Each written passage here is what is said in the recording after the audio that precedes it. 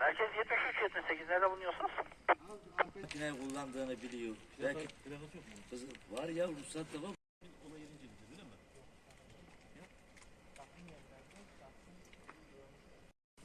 Niye? Yağmadan arabada var mı? Neresinden?